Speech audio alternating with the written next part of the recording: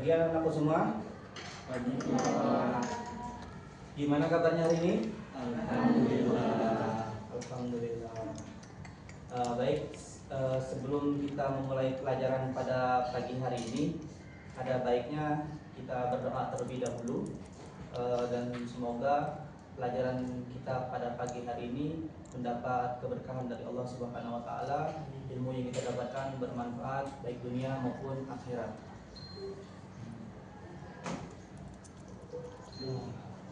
Baik, untuk berdoa Bapak pimpin ala hazinnya wa niyatin sulih wa niyatin kulis solihah wa ila hadratin Nabi Muhammad sallallahu alaihi wasallam.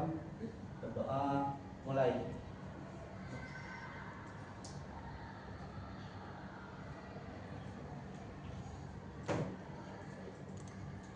Berdoa selesai. Alhamdulillah, alhamdulillahirabbil alamin, wassalatu wassalamu ala asrofil anbiya'i wal mursalin sayyidina wa maulana Muhammadin wa ala alihi wa sahbihi ajmain. Allahumma shalli wa sallim ala sayyidina Muhammadin khataman nabiyyin wa ala alihi wa sahbihi ajmain. Amma ba'du. Baik, anak-anakku semuanya, sebelum Bapak melanjutkan materi pada pertemuan kita pada pagi ini, Bapak ingin melakukan persepsi, yaitu mengulang kembali pelajaran yang sudah ada dan kita mengaitkan dengan pelajaran kita sekarang. Adapun pelajaran kita sekarang yaitu tentang wudhu. Di minggu lalu kita sudah membahas tentang yang namanya toharoh. Toharoh merupakan bentuk ibadah ataupun cara orang muslim untuk mensucikan diri daripada hadas. Hadas di sini maksudnya hadas kecil maupun hadas besar. Terkait tentang toharoh tidak lepas yang namanya dengan wudhu.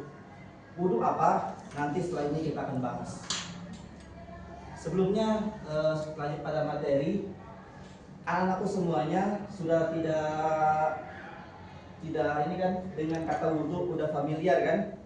Dan Bapak itu sudah yakin anak-anakku semuanya di sini sudah memenuhi syarat untuk bisa wudhu. Oke. Pada pertemuan ini yang kita bahas yaitu pertama adalah tentang pengertian wudhu itu sendiri. Nanti dalil yang digunakan kenapa kita bisa wudhu, hukum wudhu sendiri, rukun wudhu, syarat wudhu, serta hal-hal yang membatalkan wudhu, serta nanti ada tata cara wudhu. Nanti Bapak boleh minta tolong daripada anakku semuanya maju ke depan satu orang bantu Bapak untuk memperagakan atau mempraktekkan wudhu. Kita memperagakan wudhu yang dasar-dasarnya saja. Oke. Lanjut, kita akan bahas tentang pengertian dari wudhu itu sendiri. Anak-anakku semuanya, perlu kita ketahui wudhu itu berasal dari kata bahasa Arab yang dimana selalu katanya kata al-wudu'ah, yang mana artinya adalah kebaikan, kebersihan, dan kesucian. Secara terminologi, wudhu adalah ritual ibadah menggunakan air suci untuk membersihkan 4 anggota tubuh, yaitu wajah, kedua tangan, kepala, dan kedua kaki, yang mana dengan cara tertentu untuk menghilangkan hadas kecil. Anak-anakku semuanya, perlu Bapak tekankan di sini ada menggunakan air suci. Kembali lagi ke materi selanjutnya yaitu tentang bab toharoh. Bab toharoh adalah mensucikan dengan air suci, yang mana dalam mazhab Syafi'i di kitab Syafi'atun Najah di situ disebutkan ada 7 air yang digunakan untuk bersuci, yang mana 4 dari bumi, 3 dari langit. Kita definisikan yang pertama dari bumi. Dari bumi ada laut, sungai, sumur, dan mata air. Ini yang dari bumi. Yang 3 itu dari langit. Apa saja? Air hujan, air salju, dan air embun. Itu 3 dari langit dan 4 dari bumi. Makanya wudhu tidak lepas daripada kata materi bab toharoh. Makanya sama anak-anakku semuanya, untuk bab toharoh harus benar-benar dipahami dan diimplementasikan dalam kehidupan sehari-hari. Dan perlu diketahui juga kenapa Bapak menjelaskan di sini hanya untuk membersihkan 4 anggota tubuh. Nanti materi selanjutnya, ini ada slide selanjutnya, itu ada dalil hukum yang mewajibkan kenapa kita wudhu dan kenapa bisa wajib bagi kita. Nanti akan saya jelaskan. Kita akan memasuki dalil wudhu. Anak-anakku semuanya, Bapak yakin ketahui semua di sini beragama Islam, betul? Maka daripada itu tidak lepas tidak bukan agama Islam merupakan yang landasan utamanya merupakan Al-Quran dan hadis. Ini merupakan dalil daripada wudhu, yang mana dalam surah Al-Maidah ayat 6. Ya ayyuhalladzina amanu idza qumtum ila shalah faghsilu wujuhakum wa aydiyakum ilal marafiq wamsahu bi ru'usikum wa arjulakum ilal ka'bain. Dari pengertian ini kita mengambil arti yang disebutkan dalam Al-Quran surah Al-Maidah ayat 6 itu hanya ada 4 anggota tubuh. Yang pertama yaitu faghsilu wujuhakum, membasuh muka. Yang kedua wa aydiyakum, kedua tangan. Terus yang ketiga biru'usikum, masuk kepala. Yang keempat kedua kaki. Teman-teman perlu diketahui bahwasanya anggota tubuh yang 4 ini memiliki batasan. Kenapa mereka bisa sebut wajah, kenapa harus dengan tangan, semuanya ada batasannya. Dan ulama jumhur mazhab Imam Syafi'i melebihi bagian yang wudhu itu hukumnya makruh. Diperbolehkan tapi makruh, seperti itu. Kita akan lihat muka. Bagian muka wudhu adalah dari ujung, ini ada namanya ubun-ubun ya, ujung rambut. Terus gimana kalau botak? Kalau botak kita ngambil pendapat yang normal, artinya ubun-ubun kepala manusia ada di atas ya, sampai dagu. Ini untuk bagian yang lurus. Yang samping dari telinga ini ada sedikit kayak anak telinga ya, sampai kirinya. Ini batasnya. Jadi anggota muka ketika wudhu itu dari ujung sampai sini sampai sini. Terus bawah ini gimana? Pendapat Imam Syafi'i dalam kitab Busrul Karim mengatakan bahwasanya untuk melebihkan bagian wudhu. Kenapa? Ihtiyat, hati-hati. Karena kita nggak tahu kalau kurang wudhu kita nggak sah, lebih. Itu ihtiyatnya untuk hati-hati. Ini dalil kenapa kita disuruh wudhu. Dan dalil di sini itu ketika hendak melaksanakan sholat. Terus gimana dengan ibadah yang lainnya? Nanti kita akan jelaskan. Selanjutnya kita akan membahas tentang hukum wudhu itu sendiri. Teman-teman, perlu kita ketahui bahwasanya hukum wudhu itu relatif. Kalau relatif, artinya ketika kita melaksanakan ibadah, hukum wudhu mengikuti. Hukum wudhu tidak semerta-merta wajib, tidak semerta-merta sunnah. Dia tergantung kondisinya. Kita akan bahas yang pertama, hukum wudhu itu fardu. Kapan ketika orang mengambil wudhu itu fardu? Ketika ingin melaksanakan sholat dalam keadaan berhadas. Berhadas di sini artinya hadas kecil. Teman-teman perlu ketahui, hadas kecil adalah orang yang tidak bersuci. Artinya ketika orang tidak melaksanakan wudhu, dia dalam keadaan hadas kecil. Maka nantinya diharamkan untuk memegang mushaf Al-Quran. Terus yang kedua, kewajiban wudhu untuk menyentuh mushaf Al-Quran. Kita ketahui bersama bahwasanya dalam memegang Al-Quran itu wajib hukumnya kita mengambil wudhu ataupun bersuci. Terus ada hukum yang kedua. Hukum yang kedua wajib.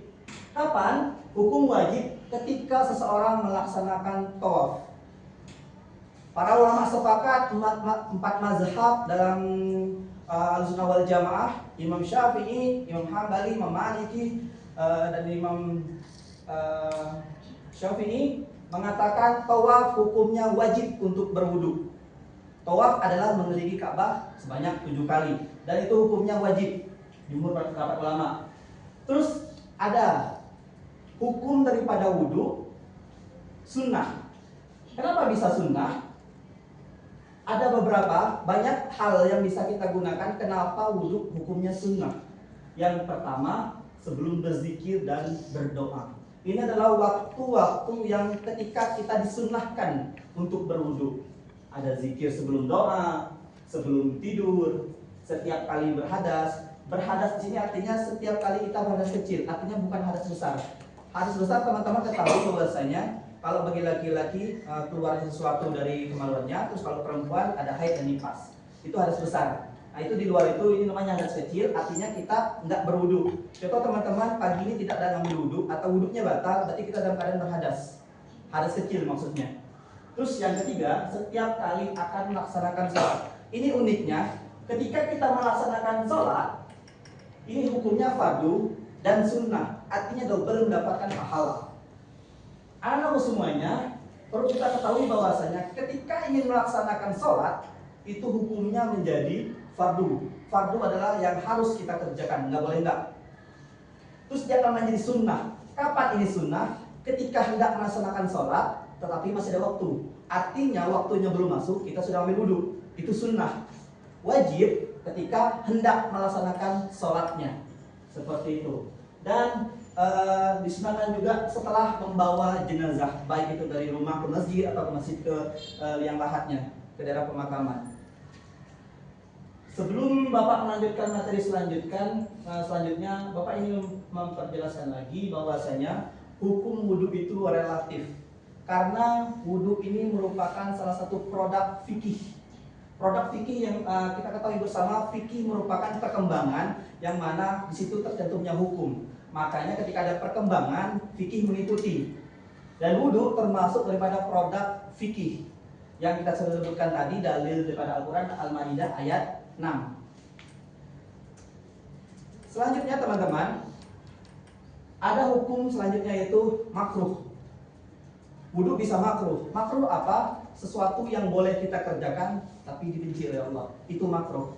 Jadi kalau bisa makruh ini hindari. Kapan wudhu dihukumi makruh? Yaitu ketika mengulang wudhu sebelum menunaikan sholat dengan wudhu yang pertama. Ngerti? Jadi gini teman-teman sudah berwudhu sebelum melaksanakan sholat ceritanya. Ketika sudah melaksanakan sholat, wudhu lagi, iseng ceritanya. Nggak ada pembatalan wudhu, nggak ada yang membatalkan wudhunya tiba-tiba ambil wudhu. Ini hukumnya makruh, bukan sunnah. Artinya, tapi menurut pendapat Imam Ibnu Hajar Asqalani dalam kitab Fathul Barinya, disitu menyebutkan bahwasanya ketika seseorang sudah punya wudhu, tapi digunakan untuk sholat, wudhu tadi kan masih ada, terus dia ngambil wudhu lagi, itu hukumnya sunnah. Tapi sunnah di sini maksudnya lebih baik jangan. Karena apa? Wudhu yang pertama itu sudah jelas dia masih memiliki wudhu dan dia berkewajiban tidak berhadas seperti itu. Artinya untuk yang mengulangi wudhu yang kedua, kenapa dihukum makruh? Karena termasuk pemborosan air yang digunakan untuk bersuci. Karena pertama udah wudhu, udah bersuci, tapi digunakan wudhu lagi. Dihukumi dia membazirkan air. Airnya kan bisa digunakan untuk orang lain, tapi digunakan untuk dia, maka hukumnya makruh di sini. Terus yang kedua ada penggunaan air secara berlebihan.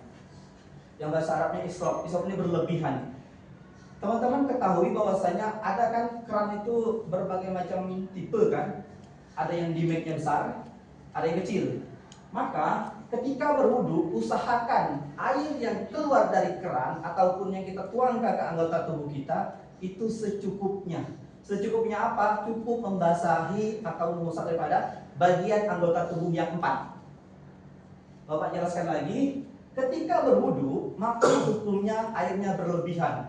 Contoh kecil di lingkungan kita, di keran masjid, kita putar kerannya dengan ukuran paling besar, mengucur ke tubuh kita. Ketika kita ngambil wudhu, airnya kan masih, kerannya masih ngocor tuh. Itu hukumnya makruh. Walaupun kita berkewajiban ngambil wudhu, kan hukumnya jadi wajib, ya kan, untuk sholat. Tapi kita berlebihan, wudhu kita jadi makruh. Tapi tidak membatalkan wudhunya, cuma hukumnya makruh karena kita boros air di situ. Terus ada yang kelima, ini mubah. Mubah ini sesuatu yang bisa dikatakan boleh jadi, boleh enggak. Artinya hukum mubah itu wudhu dilakukan untuk kebersihan dan kesegaran. Yang ini mubah sama makruh saling berkaitan. Artinya ketika seorang wudhu hanya untuk kesegaran, jangan wudhu, cukup dengan basuh muka saja atau bagian-bagian yang kita ngerasa gerah. Terus yang keenam, ini hukumnya haram. Kapan wudhu dihukumi haram? Yaitu ketika kita mengambil air rampasan. Air rampasan ini ketika ada, maksudnya ada orang pendatang, musafir atau apa, kita ambil airnya untuk wudhu. Walaupun wudhu adalah ibadah, tapi mengambil rampasan itu haram, maka air tadi langsung dihukumi haram. Itu wudhu. Terus yang kedua, mengambil air anak yatim. Dalam mazhab Hanafi ini haram hukumnya. Sedangkan mazhab Hambali sendiri mengatakan wudhu dengan air gosok. Gosok adalah mencuri. Gosok dengan mencuri itu sebenarnya beda-beda tipis. Kalau mencuri kita mengambil hak orang tanpa diketahui orang lain. Kalau gosok kita mengambil hak orang lain, kita tahu pemiliknya. Dengan niat kita akan mengembalikan. Contoh kecil, kita minjem sendal teman kita. Kita keluar dari kosan, teman kita nggak tahu, kita minjem sendalnya, teman nyari. Kita tahu bahkan itu kita akan membalikannya. Itu namanya gosok dan itu hukumnya haram. Baik anak-anakku semuanya, tadi sudah kita jelaskan ada beberapa materi tentang bagian wudhu itu sendiri, dalilnya serta hukum daripada wudhu itu sendiri. Tadi Bapak sudah jelaskan bahwasanya anggota wudhu itu cuma ada 4. Yang pertama apa? Wajah. Yang kedua? Tangan. Yang ketiga? Yang keempat? Kaki. Anak-anakku semuanya, Bapak akan jelaskan kenapa tadi cuma ada 4. Sedangkan di sini ada 6. Betul? Di Al-Quran cuma dijelaskan 4 kan? Yang dua, niat sama tertib ini mengambil daripada hadis. Hadis yang pertama yaitu niat. Kenapa dengan niat? Yang mana ada riwayat dari Ibnu Umar bin Khattab radhiyallahu anhu bahwasanya Rasulullah SAW bersabda, "Innamal a'malu binniyat wa innamal likulli imrin ma nawa." Sesungguhnya amal perbuatan itu tergantung dengan apa yang kita niatkan. Makanya dalam pendapat mazhab Syafi'i, ketika ibadah tidak diniatkan tidak sah. Artinya apa? Contoh kecil, ketika teman-teman tidak sholat atau tidak melakukan niat sholat, pengen sholat zuhur tapi tidak sholat zuhur, walaupun sudah mengerjakan 4 rakaat dan memenuhi rukun sholat tapi tidak niat, sholatnya tidak sah atau tidak dihitung dia sholat. Seperti itu. Itu yang pertama. Yang kedua, rukun wudhu adalah membasuh muka. Sudah saya jelaskan tadi. Itu yang ketiga, membasuh kedua tangan sampai siku. Kalau kita kembali kepada Al-Quran, di sini disebutkan membasuh kedua tangan sampai siku. Artinya dari ujung lengan sampai siku. Ada 2 pendapat, Syekh Ibnu Hajar Asqalani dan Syekh Romli. Mereka berdua pendapat bahwasanya sunnah ketika kita wudhu. Ibnu Hajar Asqalani mengatakan ketika kita wudhu di air keran itu boleh dari ujung jari sampai siku. Ini biasanya pakai keran. Syekh Ahmad Romli mengatakan sunnah wudhu tetap dari siku ke bawah. Jadi 2 pendapat ini boleh digunakan anakku semuanya yang nyaman, karena dua-duanya sama tujuannya membasuh kedua tangan. Terus ada yang ketiga, yang keempat, mengusap kepala. Anakku semua tahu kan kepala? Dalam pendapat Imam Syafi'i, mengusap kepala cukup dengan 3 helai rambut saja, cukup dikipas-kipas saja sudah sah. Tapi dalam mazhab Maliki itu wajib semuanya, dari depan tarik ke belakang sampai rambut belakang, tarik lagi ke depan sebanyak 3 kali. Sunnahnya 3 kali. Seperti itu. Terus yang kelima, ada membasuh kedua kaki sampai mata kaki. Anakku semua tahu bahwasanya kaki itu adalah dari ujung kaki sampai ka'bain itu mata kaki ya, sampai itu. Dan itu disunahkan lebih dikit untuk ikhtiyat hati-hatinya. Oke, selanjutnya Bapak menjelaskan syarat-syarat wudhu. Sebelum Bapak melanjutkan materi tentang syarat-syarat wudhu, adakah yang ingin ditanyakan terkait materi sebelumnya? Silakan untuk siapa Anda? Bapak izin bertanya Pak, terkait dengan rukun wudhu tadi kan salah satunya ada tangan. Nah, itu apa dan bagaimana ketika cara wudhu orang yang tidak punya tangan? Apakah itu masih dihukumi rukun? Dan terus kenapa di 4 rukun ini hanya bagian-bagian yang seperti yang mungkin ditentukan oleh Al-Quran, cuman ketika misalnya yang lebih tepatnya membersihkan hadas kan ketika tidak membersihkan ketika kita tidak berwudu. Nah, kenapa wudhu ini tidak membersihkan di area-area yang seperti itu Pak, apa yang tempat keluarnya kotoran seperti itu Ya. Terus ada lagi? kenapa harus memberi tangan, kenapa bukan di tempat keluarnya kotoran? Oke. Itu cukup Pak. Baik, terima kasih untuk Ananda Sapion, pertanyaan yang bagus sekali. Tepuk tangan dulu untuk Ananda Sapion. Baik, yang pertama tentang membasuh kedua tangan. Sebelumnya Bapak ingin jelaskan dulu, rukun wudhu di sini kita membahas dengan hukum fikih normal. Artinya kebiasaan kita melihat manusia dengan tubuh lengkap. Bukan berarti Bapak mengatakan ini tidak lengkap, bukan. Artinya hukum fikih itu dikeluarkan dengan konteks hukum produknya utuh. Itu. Terus kembali lagi membasuh tangan dengan maaf, tangannya buntung.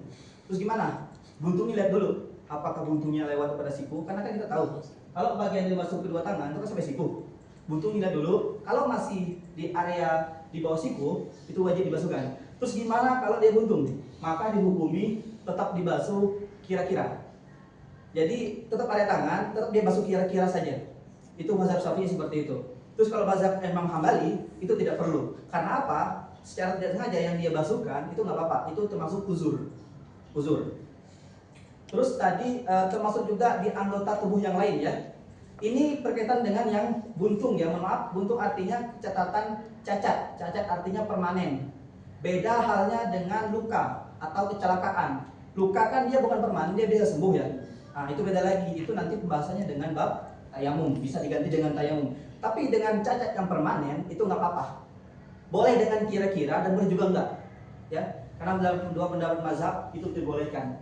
Terus yang kedua, kenapa yang dibasuh cuma ini ya? Oke. Tadi kan Bapak sudah jelaskan bahwasanya di Al-Quran cuma ada 4 ya. Kenapa hanya ada 4? Bapak ingin jelaskan bahwasanya wudhu adalah untuk mensucikan dari hadas kecil. Hadas kecil adalah dilain daripada hadas besar. Hadas besar ketika laki-laki keluar mandi, hadas bagi perempuan keluar haid dan nifas. Itu hadas besar. Artinya di luar itu kita untuk mensucikan diri dengan wudhu. Kalau hadas besar wajib mandi. Jadi pertanyaannya kenapa ini hanya membasuhkan ini? Karena ini sudah nas daripada Al-Quran. Nas Al-Quran artinya ketika kita bersuci daripada hadas kecil, maka hukumnya harus berwudu. Dan ketika kita berhadas besar, maka hukumnya wajib mandi junub. Terus gimana dengan membersihkan diri? Seperti biasa, di bab taharah Allah sudah jelaskan sebelumnya, bab taharah itu bukan hanya kita mensucikan diri, tapi membersihkan diri. Membersihkan diri dia apa? Dari kotoran-kotoran ataupun keringat-keringat kita yang selama melakukan aktivitas sehari-hari. Itu namanya termasuk bab taharah, membersihkan diri. Tapi dalam konteks agama Islam ada namanya membersihkan dari hadas kecil dan hadas besar. Hadas kecil dengan wudu, hadas besar dengan mandi junub, dan pastikan dengan niatnya. Gimana Anda Sabian? Cukup Pak. Baik, terima kasih. Sebelum kita lanjut lagi, ada anakku semuanya yang ingin bertanya, khususnya daripada yang akhwat. Kita masih memiliki waktu cukup, bisa dipahami, atau ada materi yang penjelasan Bapak terlalu cepat, materi yang ingin diulangi? Ada? Terkait tadi dalilnya daripada wudhu, rukunnya wudhu, hukumnya wudhu. Ada materi yang ingin Bapak jelaskan lagi? Cukup sampai di sini? Kalau cukup, kita akan lanjutkan materi selanjutnya tentang syarat-syarat wudhu. Cukup? Oke. Kita akan menjelaskan tentang syarat wajib wudhu. Artinya teman-teman, wudhu dihukumi wajib ketika memenuhi syarat. Kalau tidak memenuhi syarat, wudhu tidak jadi wajib. Bapak merinci, ini salah satu kesimpulan yang Bapak dapat dari kitab Safinatun Najah. Kalau teman-teman tahu, dalam mazhab Imam Syafi'i, khususnya di Indonesia, ilmu yang dipakai itu sumber didudukan kepada kitab Safinatun Najah. Terus disarah menjadi kitab Sahih Busrul Karim. Ini yang Bapak simpulkan. Yang pertama, berakal. Berakal artinya tidak gila. Tidak gila artinya dia, kita ngomong dia nangkep, kita manggil dia dengar. Artinya normal orang, dia berakal. Kalau orang nggak berakal, dia nggak wajib wudhu. Ya banyak contohnya ya orang-orang berakal ya. Termasuk orang yang tidur. Orang tidur dihukumi tidak berakal. Kenapa? Teman-teman pasti ketahui ketika orang wudhu dia dipanggil pasti kok ngonek. Tapi ketika diajak bicara ngelantur, itu dihukumi berakal. Orang yang tidur itu tidak wajib untuk ngambil wudhu. Terus yang kedua ada balik. Balik ini kan ketika laki-laki sudah sampai umurnya, sudah mengeluarkan air mani, dan kalau perempuan sudah haid, itu untuk balik, artinya dewasa, dia wajib. Terus di bawah itu apa? Di bawah anak yang belum balik itu dihukumi mengubah. Pendapat Imam Syafi'i di situ sunnah. Sunnah artinya apa? Untuk melatih anak bersuci dengan tujuan untuk memberikan ilmu tentang wudhu. Dimulai latihan, hukumnya sunnah. Terus yang kedua, khusus agama Islam. Di luar agama Islam wudhu tidak diperbolehkan. Bahkan mazhab Imam Maliki lebih tegas, orang kafir non Islam ketika ambil wudhu hukumnya haram. Karena apa? Tidak ada urusan dengan agama kita. Terus yang kedua, mampu menggunakan air suci. Artinya apa?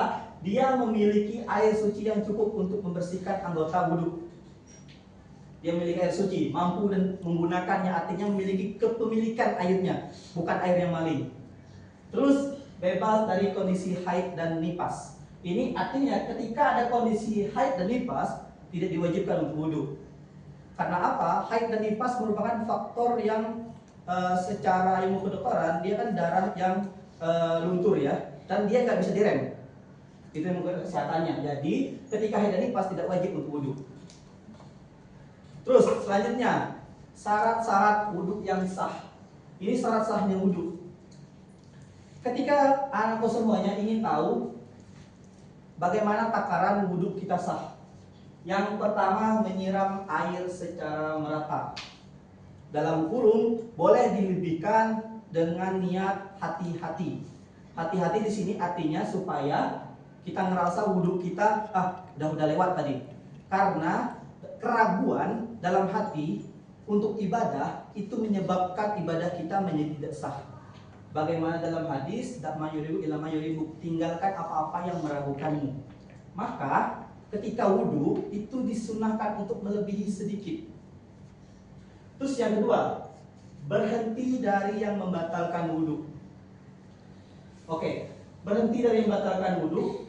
Ketika teman-teman sudah melakukan wudhu, artinya semua yang membatalkan wudhu kita harus hindari.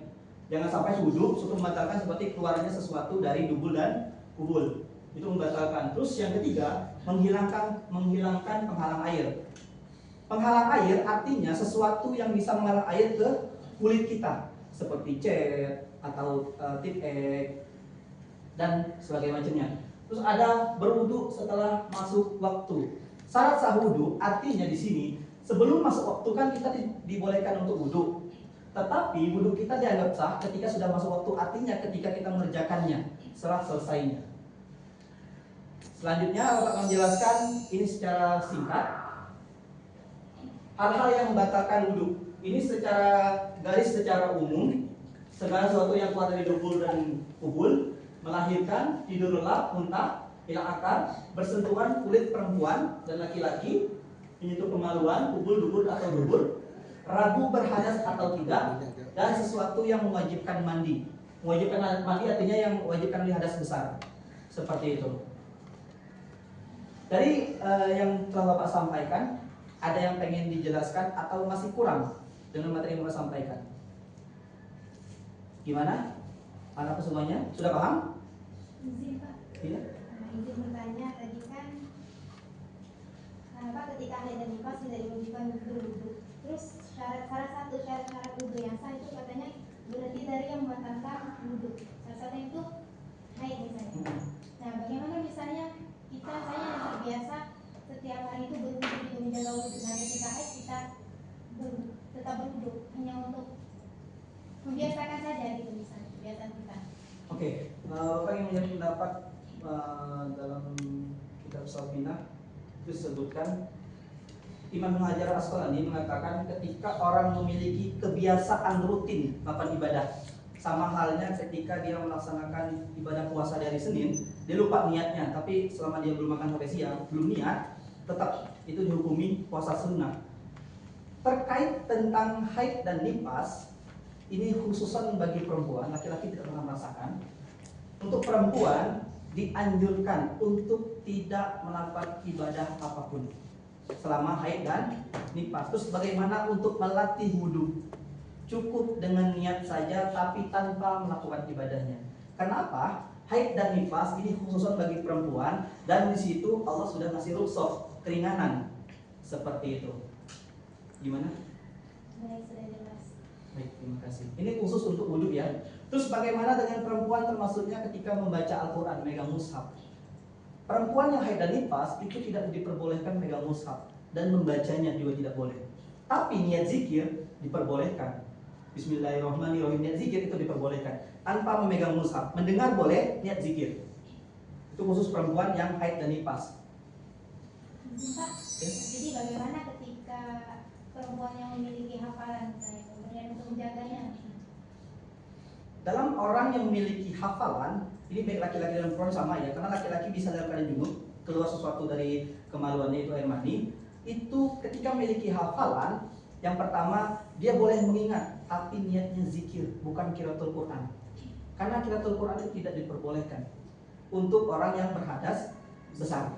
Jadi ketika memiliki hafalan, biasanya anak tahfiz Al-Quran, dia cukup diam, cukup cuma mengingat, niatnya zikir, bukan membaca. Karena membaca, megang mushaf itu hukumnya sama. Seperti itu. Apakah ada pandangan dari para ulama atau mazhab-mazhab itu terkait hal tersebut? Mazhab Imam Syafi'i mengatakan tidak diperbolehkan ketika membaca Al-Quran dan memegangnya. Mazhab Imam Syafi'i. Kalau mazhab yang lain, wallahu a'lam. Bapak belum mendapati mendalami tentang itu. Mungkin untuk pertemuan selanjutnya Bapak akan jadi referensi dan menjelaskan lebih lanjut lagi. Baik, terima kasih. Gimana? Baik, sudah. Baik. Selanjutnya kita akan secara jelas bagaimana wudhu. Ini gambaran jelas. Bapak sudah yakin anakku semuanya sudah paham dengan cara wudhu. Ini Bapak tampilkan yaitu rukun saja atau keseharian kita. Tapi Bapak terangkan ini ada membasuh telinga. Membasuh telinga ini hukumnya sunnah. Kenapa sunnah? Karena tidak ada dalam nas Al-Quran. Ini sunnah, termasuk berkumur-kumur, istinsaq, membaca bismillah, itu semuanya sunnah. Tapi ini ada pertama niat, membasuh tangan, terus ada lagi mengusap kepala, termasuk kedua kaki dan berdoa yang terakhir. Inilah disebut dengan tartib. Tartib artinya dari awal sampai akhir disebut runtut. Terus gimana kalau pengen kaki dulu baru tangan? Tidak diperbolehkan. Maka rukun daripada wudhu itu ada namanya tertib. Dari awal sampai akhir dia runtun terus, tidak boleh dilangkah. Seperti itu. Ini gambaran besar untuk bagaimana tata cara berwudhu. Mungkin materi yang Bapak sampaikan ada 3 poin yang ingin Bapak jelaskan. Yang pertama, kenapa kita wudhu? Wudhu adalah syarat sah ibadah. Yang kedua, pembersihan hidup bersih. Karena orang yang wudhu bisa dipastikan dia termasuk golongan orang yang bersih, orang yang menyukai sesuatu kerapian. Terus yang ketiga, melaksanakan disiplin dalam ibadah. Yang keempat, mengintegrasikan nilai spiritual dalam kehidupannya. Yang kelima, memberikan pengaruh positif pada kehidupan. Anak-anakku semuanya, orang yang berwudu dan tidak memiliki wudu itu memiliki karakteristik yang berbeda. Pernah lihat nggak para alim ulama ketika mereka duduk dengan senyumannya, kita melihat mereka dengan pandangan yang adem, betul? Beda halnya orang yang tidak memiliki wudu, kayak kusem aja melihatnya. Seriusan. Dan anakku semuanya perlu ketahui bahwasanya bekas wudhu kita nanti akan bercahaya di hari kiamat. Apa maksudnya? Kita kan nanti ada dikumpulkan di padang mahsyar. Pada masyarakat seluruh manusia di muka bumi dikumpul satu tempat. Yang mataharinya tergantung amal ibadah. Kalau banyak dosa, matahari makin dekat. Kalau amal ibadahnya baik, insya Allah aman dan mendapat syafaat Rasulullah. Air wudhu berfungsi di sana. Ketika orang memiliki wudhu, dia bercahaya dan dia akan dikumpulkan di barisan orang-orang yang memiliki wudhu. Dan insya Allah ini termasuk golongan orang yang selamat. Baik, cukup sekian ini materi yang Bapak sampaikan pada pertemuan kita kali ini. Insya Allah pertemuan minggu depan kita akan mempelajari tentang bagaimana tata cara sholat. Sebelum Bapak mengakhiri pertemuan kita pada pagi hari ini, anak Bapak gimana? Ada yang ingin ditanyakan atau yang belum jelas tentang materi yang Bapak sampaikan? Silakan untuk bertanya. Kalau tidak ada yang ingin bertanya, kita akan mengakhiri pertemuan ini. Gimana? Cukup?